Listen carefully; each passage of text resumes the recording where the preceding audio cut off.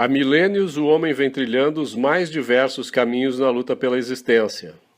Há poucos séculos, a humanidade tem tido acesso a níveis de vida até então inimagináveis. Nunca vivemos com tal longevidade, com tanta saúde, com impressionante prosperidade e felicidade. O atingimento destes padrões de vida não ocorreram ao acaso. Foi fruto de uma série de fatores, mas certamente nenhum dos fatores que podemos elencar foi mais importante do que o reconhecimento de que o homem é um ser racional, dotado de direitos individuais inalienáveis. Este é o tema deste trabalho: os fundamentos da liberdade, a visão objetivista. E eu sou Roberto Rachevsky. Se é autoevidente, se é um dado da realidade que o capitalismo é incomparavelmente superior ao socialismo para entregar os resultados econômicos e sociais que desejamos, por que então, como defensores do capitalismo, seguimos perdendo a luta no embate cultural e ideológico? Para mim, a resposta a esta indagação começa quando ainda somos crianças e resume-se a uma advertência que ouvimos insistentemente. Que isso, meu filho? Não seja assim. Deixa de ser egoísta. Que feio! Empresta o brinquedo para o teu amiguinho. É assim que estimulamos o que se poderia chamar de um processo de dissonância cognitiva, que promove a negação da própria natureza humana, que estimula o autossacrifício e premia a intimidação. Estabelecemos a justificativa moral para trocas de soma zero, onde para um ganhar, o outro precisa perder. É assim que se inicia o processo de construção de uma sociedade coletivista, onde a cultura do altruísmo embasa a luta pela justiça social com dois fortes apelos: o assistencialismo, que prega que as pessoas são detentoras de direitos sobre o que não possuem, direitos estes que, obviamente, serão atendidos pelos demais à força. E o igualitarismo, que advoga a imoralidade da desigualdade social. Assistencialismo e igualitarismo, ou justiça social, servirão para pavimentar o caminho da servidão, que mais cedo ou mais tarde resultará no estado totalitário, como esse que vemos hoje por aqui e contra o qual todos queremos lutar. Para estabelecer um processo cognitivo adequado, onde a realidade fundamenta a moral e esta justifica a ação, precisamos, desde cedo, ensinar nossas crianças que o princípio correto e verdadeiro para obtermos a felicidade no contexto social é o princípio do trader, o princípio do comerciante. É assim, desta forma, demonstrando-se que somente é justo obter-se a satisfação através dos processos de troca voluntária, não apenas de valores materiais, mas também intelectuais e espirituais, que estabeleceremos a mentalidade capitalista, a mentalidade da criação e distribuição concomitante e constante de valor, o legítimo jogo do ganha-ganha, sem termos que recorrer ao autossacrifício, sem termos que exercer a intimidação. É assim que criaremos uma cultura digna, ajustada à natureza humana, capaz de reconhecer que o capitalismo é o sistema político e econômico mais adequado para se construir uma civilização próspera, não pelos seus resultados consequentes, que todos podem facilmente ver, mas pela preservação do que é essencial, o entendimento de que o indivíduo é um fim em si mesmo. É por isso que acho importante discutir os fundamentos da liberdade sob uma visão filosófica. Expor as vantagens do capitalismo com seus resultados econômicos é necessário, mas não é suficiente. Temos que conquistar mentes e corações, e não há conceitos mais atraentes do que os da liberdade, do voluntarismo, da cooperação e, por que não dizer, da caridade verdadeira. E para defender a liberdade, o princípio do comerciante, o voluntarismo, a cooperação e a caridade, em contraposição ao sacrifício, ao altruísmo, à intimidação, precisamos de ideias que sejam ao mesmo tempo verdadeiras e corretas. É por isso também que estou apresentando a visão objetivista dos fundamentos da liberdade. Quando falamos em visão objetivista, não podemos esquecer que estaremos tratando de filosofia. E, no caso, estaremos falando do objetivismo, uma escola filosófica completa criada por Ayn Rand, uma das mais implacáveis e radicais defensoras do capitalismo, que ousou formular um conjunto de ideias oferecendo justificativas não econômicas a este sistema que ela considera o mais adequado para o homem viver na Terra. Muitos dos que desprezam ou se opõem ao objetivismo baseiam-se em falsas conjecturas, perversão de conceitos, falácias ou preconceitos infundados. Negar a importância das ideias objetivistas para a defesa do capitalismo é negar os fundamentos que o justificam. É isso que eu pretendo colocar em discussão com esta apresentação. Antes de falar sobre o objetivismo, gostaria de falar um pouco sobre sua criadora, Ayn Rand. Tão interessante quanto suas obras, a própria vida de Ayn Rand poderia ser confundida com um de seus romances e ela mesma com um de seus heróis. Ayn Rand vivenciou períodos marcantes da história do século XX. Alguns deles moldaram sua visão de mundo e fortaleceram os princípios que ela carregou por toda a sua vida e que ajudaram a construir sua maior obra, sua filosofia.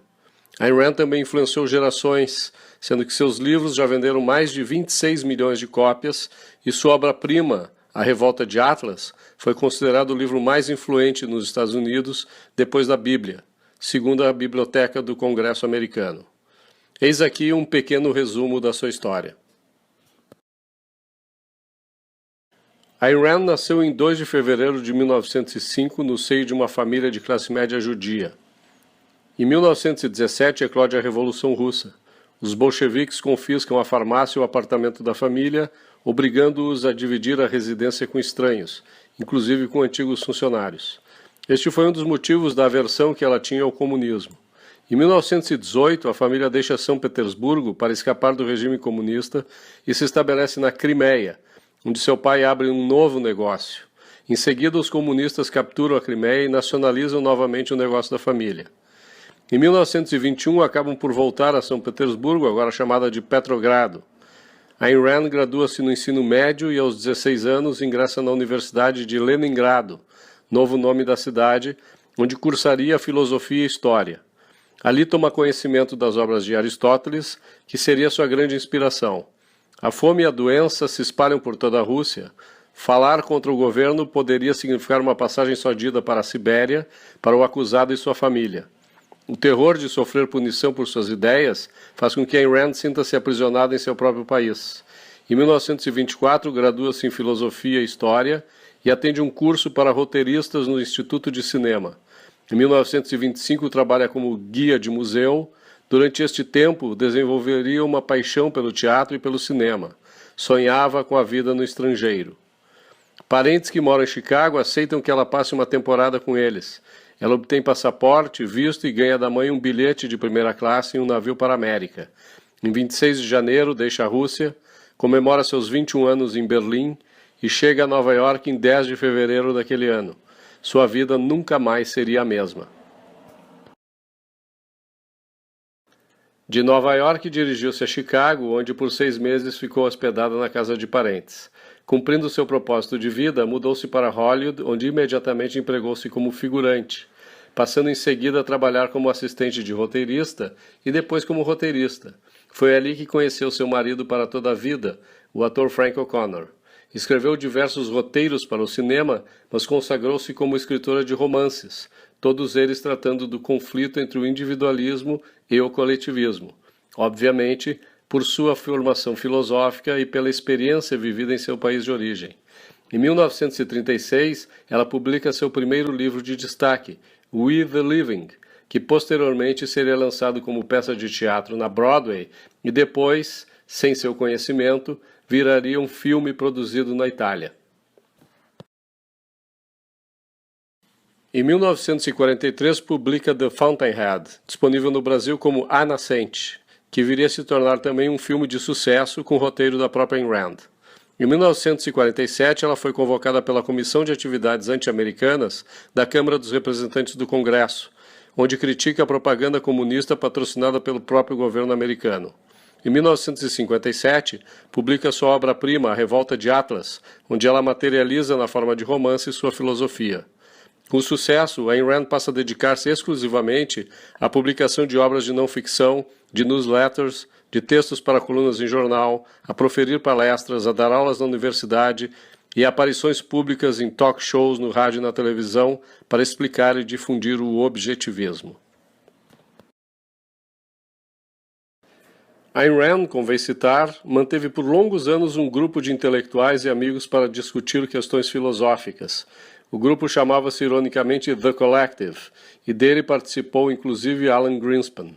Em 1979, Ayn Rand publica Introdução à Epistemologia Objetivista. Naquele ano também ela perde o marido. Em 1981, faz uma última aparição pública palestrando na Comissão para a Reforma Monetária na cidade de New Orleans, onde ela apresenta o tema conhecido A Sanção das Vítimas. E no dia 6 de março de 1982, ela morre em Nova York.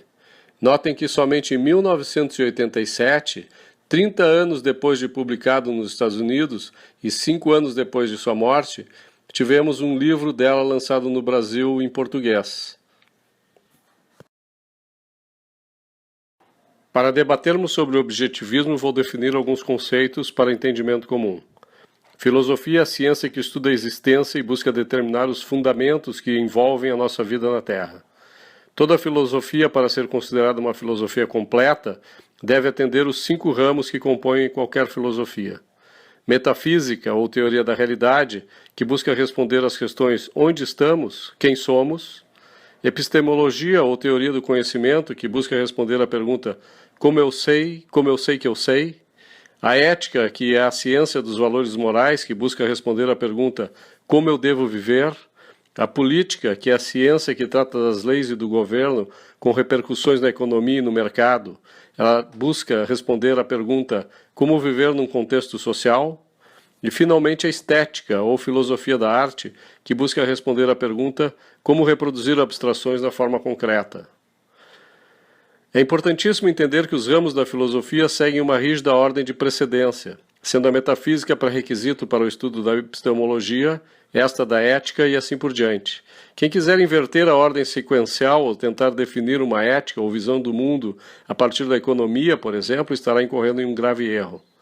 O estudo da filosofia proporciona também uma visão mais adequada da história da humanidade, pois permite um melhor entendimento da cultura de cada povo em uma determinada época e lugar, facilitando a compreensão dos acontecimentos.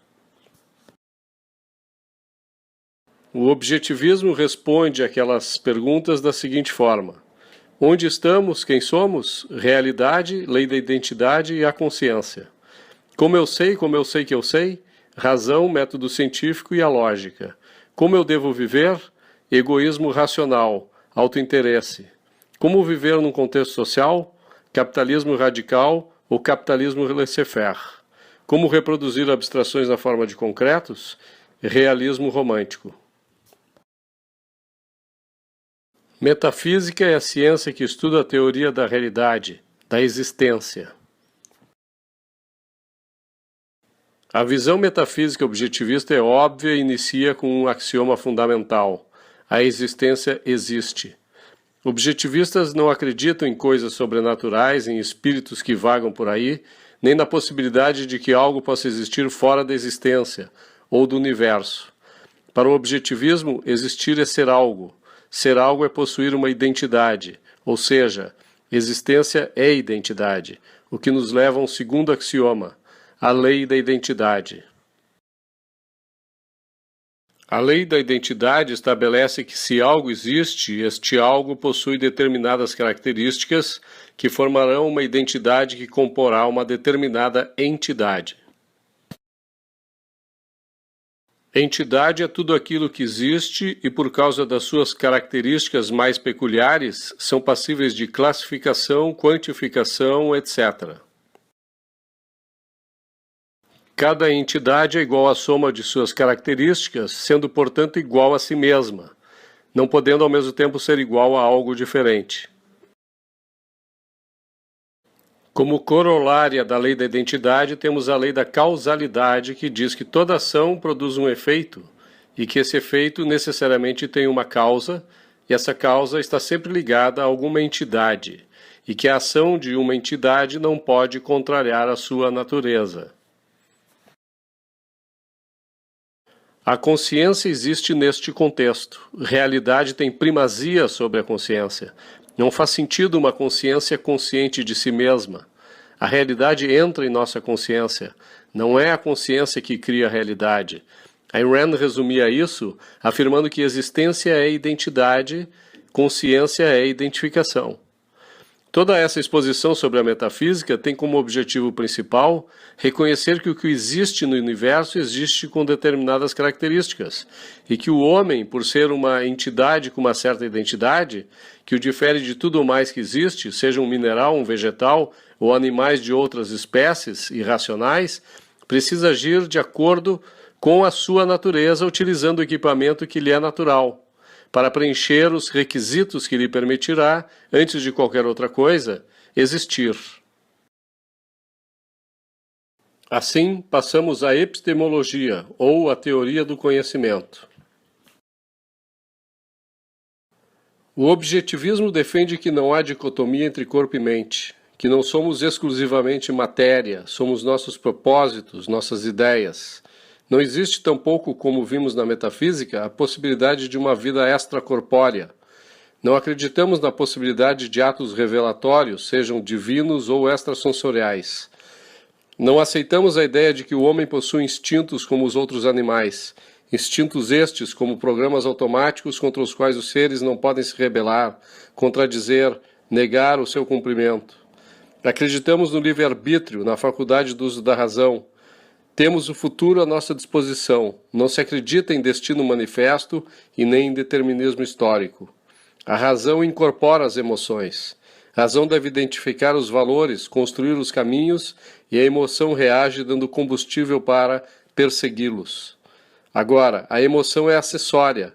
Ela tem que ser colocada no seu devido lugar. O objetivismo entende que nascemos como uma folha em branco, sem conhecimento prévio nem uma moralidade congênita. Todo o nosso conhecimento é obtido através das informações captadas por nossos sentidos. Estas informações fluirão para e pela nossa mente através do código visual auditivo que chamamos de linguagem, para formarmos os conceitos que nos permitirão criar abstrações, integrações e ideias. A linguagem é a maior invenção humana. Não tem como função fundamental a comunicação, mas a formação de conceitos. A comunicação é importante, mas como consequência. Afinal, não é possível a comunicação sem termos algo para comunicar. Num mundo onde a divisão do trabalho prolifera e o conhecimento se aprofunda e se especializa cada vez mais, a linguagem e a comunicação são cruciais para o desenvolvimento. Este é um processo que envolve a cognição e a funcionalidade, através do qual transformaremos o mundo que percebemos, traduzindo os concretos existentes em abstrações, para desenvolvermos novos concretos, transmitindo-os para os demais. É assim, através do método científico indutivo, que construímos conceitos e princípios, através do que percebemos, validando as ideias, confrontando-as com a realidade e com a lógica, revendo nossos pensamentos, nossas premissas, até que não existam mais contradições. Esses são os métodos que médicos diagnosticam, tratam e curam doenças, que artistas criam músicas ou obras artísticas para reproduzir utopias possíveis ou impossíveis. É assim que filósofos descobrem a natureza do universo e do homem. É assim que crianças aprendem a linguagem, a matemática e boas maneiras. Objetivismo foi o termo escolhido por Ayn Rand a partir do conceito de objetividade. A partir deste entendimento de que a realidade existe, independentemente da nossa consciência, dos nossos medos, das nossas objeções ou das nossas discordâncias. Objetividade atesta que, ao defendermos qualquer ideia ou visão, é a realidade que estará dando sempre a última palavra. A razão é o meio pela qual todos nós aprendemos sobre o mundo, sobre nós mesmos, sobre nossas necessidades e como satisfazê-las apropriadamente. Todo conhecimento humano começa com a informação. Questões como onde, quando, quem, como, quanto e porquê podem ser combinadas formando trilhões de perguntas e respostas trocadas por bilhões de pessoas. Quando falamos em fluxo da informação, estamos falando em fluxo da vida, possível apenas através da formação de conceitos, possível apenas aos seres humanos através da linguagem. Então, se a metafísica nos diz que precisamos agir para existir, a epistemologia nos diz que para existir precisamos necessariamente usar a razão. Se sabemos onde estamos, quem somos e como sabemos a respeito disso, resta-nos eleger os valores morais a serem levados em consideração neste desafio existencial. É aí que entra a ética.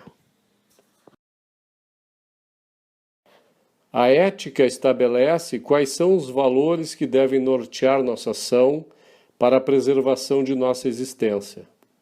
O objetivismo entende, portanto, que a própria vida é o padrão moral de valor mais elevado que há. Para nós, seres humanos, não havendo vida, não há existência. Logo, agir guiado pelo auto-interesse não é apenas uma questão ética, ela é uma questão existencial. Portanto, o auto-interesse, ou seja, tudo aquilo que fazemos em prol da nossa vida, da nossa existência, é o valor ético a ser defendido. Como já vimos, o que pode garantir uma vida próspera, com a satisfação do nosso auto-interesse, é nossa capacidade do uso da razão. Esta integração de conceitos, auto-interesse e uso da razão, que formam a ideia eticamente ideal do egoísmo racional. Para mantermos uma vida coerente com este princípio ético, o do egoísmo racional, é necessário que tenhamos em mente 7 virtudes que propiciarão que tenhamos uma vida melhor, mais longa, mais feliz, sem prejudicar a nós mesmos e também sem prejudicar aos outros. A racionalidade é o reconhecimento de que a razão é nossa única fonte de conhecimento, nossa única ferramenta para julgar o que a realidade e a lógica nos apresentam e nosso único guia para a ação. Ser irracional não quer dizer estar cego ao que acontece, nem ignorante da realidade. Ser irracional é recusar a premissa de que a racionalidade é nosso meio de sobrevivência. É não querer enxergar a realidade, é não querer aprender, saber e conhecer o que a realidade e a lógica nos oferecem para termos uma vida melhor, próspera e pacífica. Honestidade é não falsear a realidade para si mesmo e nem para os outros. A mentira prejudica a mente. Integridade é não falsear a sua própria consciência, é concluir sobre premissas que já aceitamos como válidas e agir de acordo com os princípios que entendemos ser verdadeiros e corretos. Independência é usar a própria mente para lidar com a realidade, é deixar de lado a fé ou a crença naquilo que está escrito ou que nos dizem sem que a gente mesmo faça a nossa avaliação das premissas, confrontando-as com a realidade e a lógica. É não aceitarmos dogmas.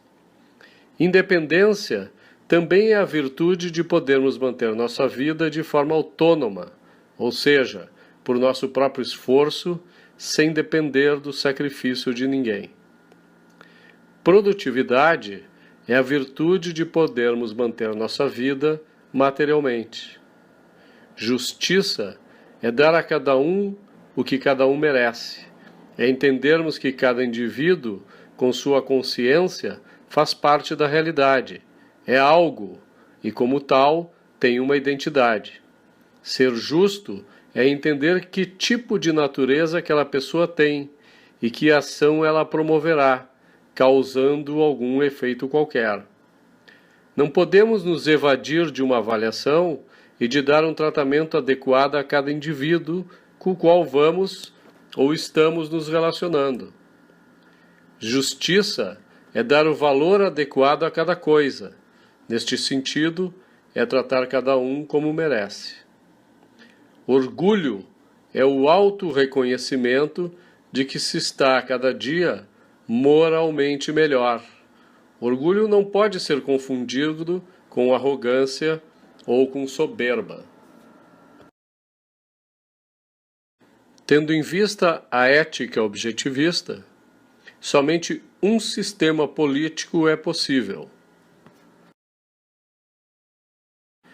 o capitalismo radical ou o capitalismo laissez-faire. Ayn Rand dizia que civilização é o avanço em direção a uma sociedade de privacidade. A inteira existência do homem selvagem é pública, comandada pelas leis de sua tribo.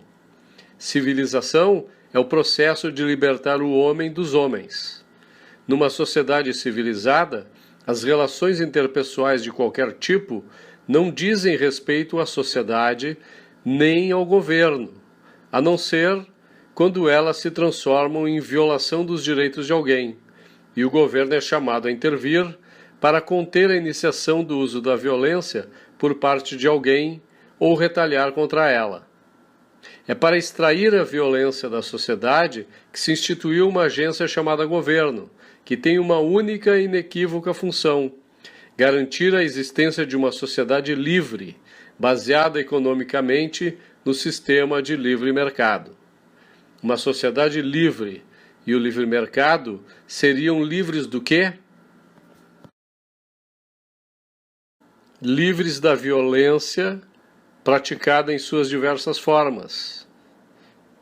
Livres da iniciação do uso da força, furtos, roubos, sequestros, estupros, agressões, assassinatos, etc. Livre de fraudes, livre de rompimentos de contratos de forma unilateral e injustificada, e livre de desavenças. E o mais importante de tudo, a sociedade livre da coerção do governo. Numa sociedade de homens racionais, existe apenas um contrato implícito, o de que a vida é o valor maior para cada indivíduo. Existir é um direito inalienável. Portanto, se alguém não respeita essa cláusula, deve ser afastado da sociedade. E se a sociedade, através do seu governo, não respeita os direitos individuais, então ela não é uma verdadeira sociedade. É apenas um amontoado de bárbaros vivendo no caos promovido pela violência. Esse tema é fundamental para o debate ideológico e aqui Ayn Rand inova. Ela demonstra com sua filosofia que direitos não são outorgados por uma entidade qualquer, seja esta divina, seja um rei, seja um partido político ou seja a própria sociedade. Tampouco é um direito natural, no sentido de que ela não é autoevidente, nem brota de árvores ou cai do céu. Ela conclui que, tendo em vista o que a metafísica, a epistemologia e a ética objetivista apresentam, a teoria dos direitos individuais se baseia em princípios morais derivados da própria análise da realidade, do fato do homem existir como o ser racional que é, e depender da liberdade e do direito de propriedade para ter seu direito à vida implementado. Direito nada mais é do que a possibilidade de agir de acordo com o seu próprio julgamento, em seu próprio benefício, para garantir, prolongar, promover e aproveitar sua própria vida como melhor lhe convier, sem compulsão, sem coerção, através de escolhas voluntárias não impostas por ninguém. É para proteger os direitos individuais que existe o governo.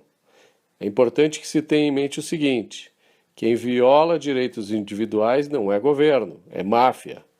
Lembre-se da lei da identidade, que diz que cada entidade é igual à soma de suas características, sendo, portanto, igual a si mesma, não podendo, ao mesmo tempo, ser igual a algo diferente. Ora, Se há uma entidade que viola direitos e não os protege, então essa entidade não é um governo, mas sim uma máfia, e como tal deve ser tratada.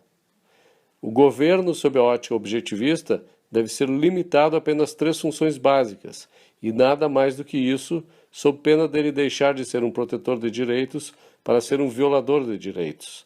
A proteção dos direitos individuais no âmbito doméstico através da polícia. O trabalho de julgar e punir aqueles que violarem direitos através de tribunais. Estes podem também servir como mediadores em caso de disputas ocasionais. E a proteção dos indivíduos daquela sociedade contra a agressão por estrangeiros. Governo limitado ao provimento de segurança e justiça. Limitado por uma Constituição que tem como objetivo princípio dizer o que o governo pode fazer. Tudo aquilo que não estiver ali previsto não é facultado ao governo que faça. O objetivismo defende o rule of law, baseado em leis objetivas, derivadas dos direitos individuais e criadas para reforçá-los e protegê-los. Tais leis devem ser sempre prospectivas, de amplo conhecimento da população, claras, de fácil interpretação. As leis devem ser iguais para todos os indivíduos, sem privilégios, e a eles deve ser garantido o direito ao contraditório através do devido processo legal. Agora, não é apenas o governo que cria leis. Os indivíduos podem criar suas sociedades regidas por leis próprias, que devem ser respeitadas por todos e subordinadas às leis objetivas que as antecederam. Leis próprias aqui nada mais são do que os contratos particulares. No provimento de segurança, o governo deve agir para proteger os indivíduos daqueles que iniciam o uso da violência, da força ou de fraude. Mas o governo não pode ter um monopólio do uso da força.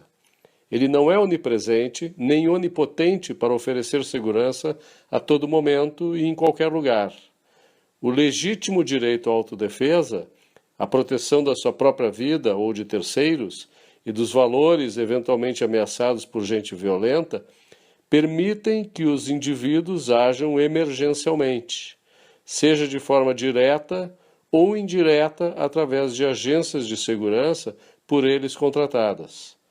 O monopólio que o governo possui é aquele que impede que um indivíduo atacado possa tomar para si o trabalho de apuração dos fatos, julgamento sobre a responsabilidade e aplicação da pena sob o risco de, em vez de estar se defendendo de um suposto agressor, estar apenas violando o direito de alguém, inclusive o direito ao devido processo legal e ao contraditório de quem for suspeito. Também os tribunais não possuiriam o monopólio para dirimir conflitos.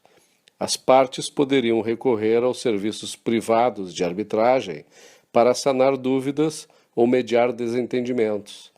É claro que existe a possibilidade das partes terem que recorrer à justiça estatal em última instância, caso não se satisfaçam com o resultado apresentado pelo árbitro privado escolhido. Eventualmente, o cumprimento de um contrato terá que ser forçado pelo governo, tanto quanto este faria para a imposição de uma lei. Governo que protege os direitos individuais não pode violá-los, sob pena de tornar-se uma máfia, como eu já disse antes. Então, seu estabelecimento e manutenção teriam que ser exclusivamente através de financiamento voluntário. Sempre que alguém firmasse um contrato, poderia optar por tê-lo protegido pelo governo através do pagamento de uma taxa. Sempre que alguém tivesse uma desavença, recorreria à justiça pagando as custas. Certamente uma sociedade onde o governo fosse separado da economia, onde não existissem leis positivistas ou redistributivistas, os conflitos entre as pessoas tenderiam a cair enormemente, até porque o governo é o maior usuário do judiciário e o maior violador de direitos que conhecemos correntemente.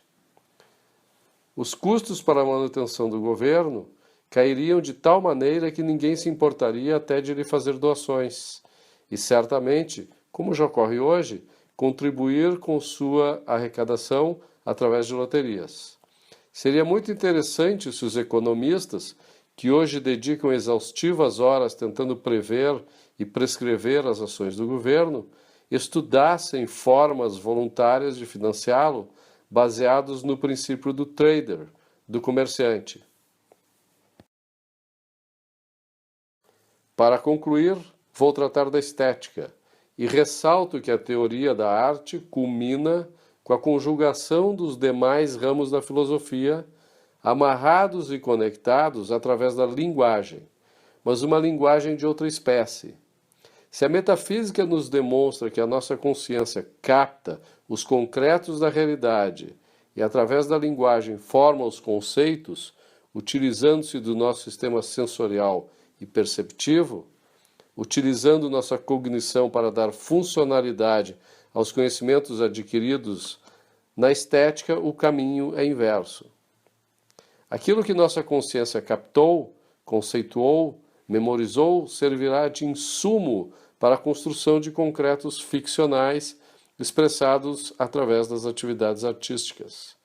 E é aí que as mensagens abstratas e subjetivas tomam forma para estabelecer novos padrões de valor sem compromisso imediato com o problema existencial, mas sim com visões ideais, utópicas, distópicas, etc.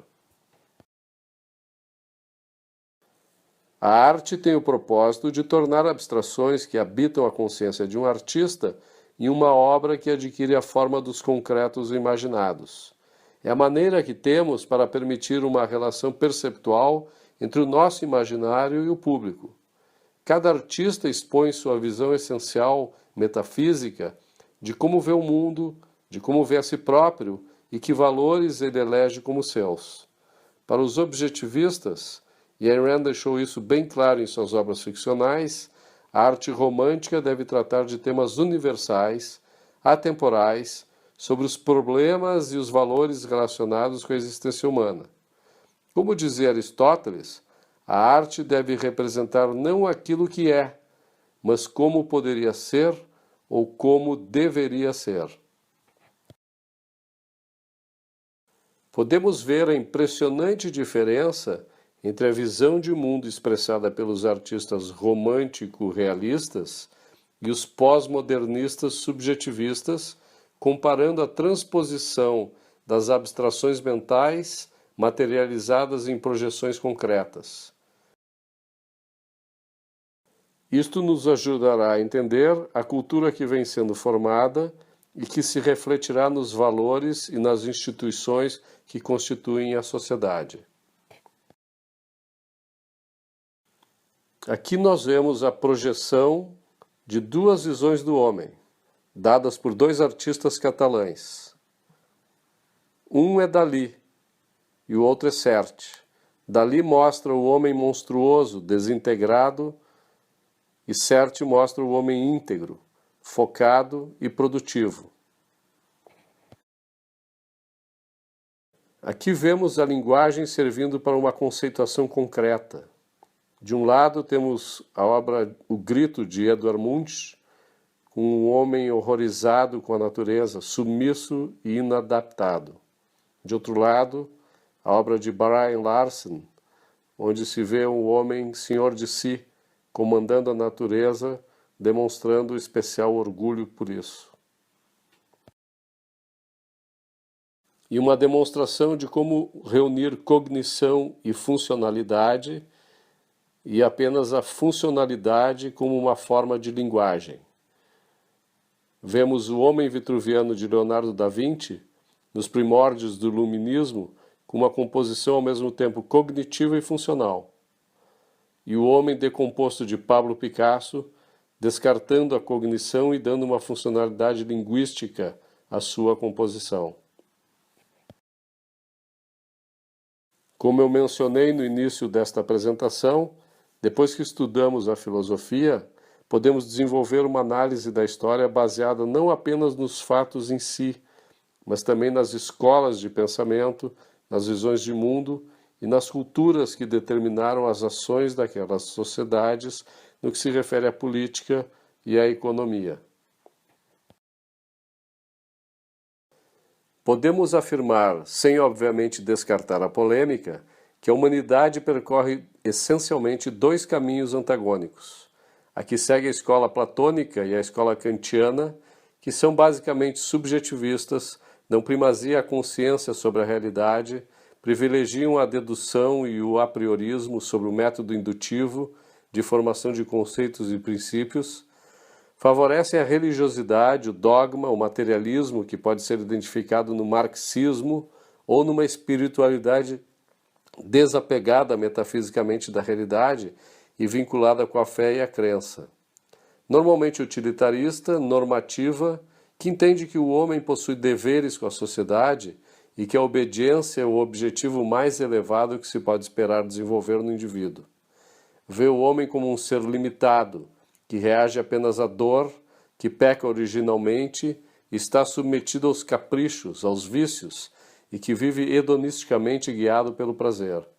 Essa, na minha opinião, é a trilha que defende o coletivismo através da visão do homem como um meio para um fim maior. E de outro lado, temos a escola aristotélica de pensamento, restaurada na Idade Média por Tomás de Aquino, com seus trabalhos seculares, amplamente promovida pelo Iluminismo a partir do século XVII, que produziu a Revolução Gloriosa, a Revolução Industrial e, posteriormente, a Revolução Americana, que acabou por criar os Estados Unidos da América, a primeira sociedade na história a institucionalizar o capitalismo, a partir da consolidação de uma mentalidade até então inexistente, que compreende, aceita e defende que o homem é um fim em si mesmo, capaz de criar riqueza suficiente para melhorar a vida de toda uma nação, como ocorreu com a americana, mesmo tendo recebido dezenas de milhões de indivíduos, imigrantes que fugiram da opressão de seus países, exatamente aqueles países cujas sociedades viviam sob a égide do coletivismo. Sim, a economia dos países mais próximos dos ideais do capitalismo são superiores, mas são superiores por causa da filosofia que está no seu alicerce. A filosofia que advoga em favor da realidade, da razão e do auto-interesse.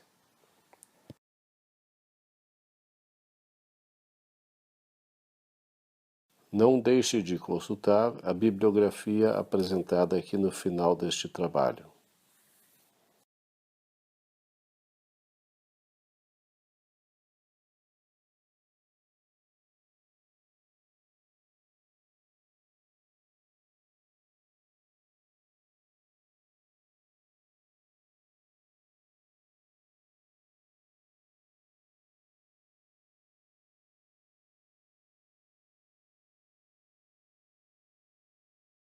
Para maiores informações sobre o objetivismo, baixe o aplicativo do Objetivista disponível na Apple Store e na Google Play. Basta escanear o código que você vê na tela ou pesquisar Objetivista nas lojas dos aplicativos.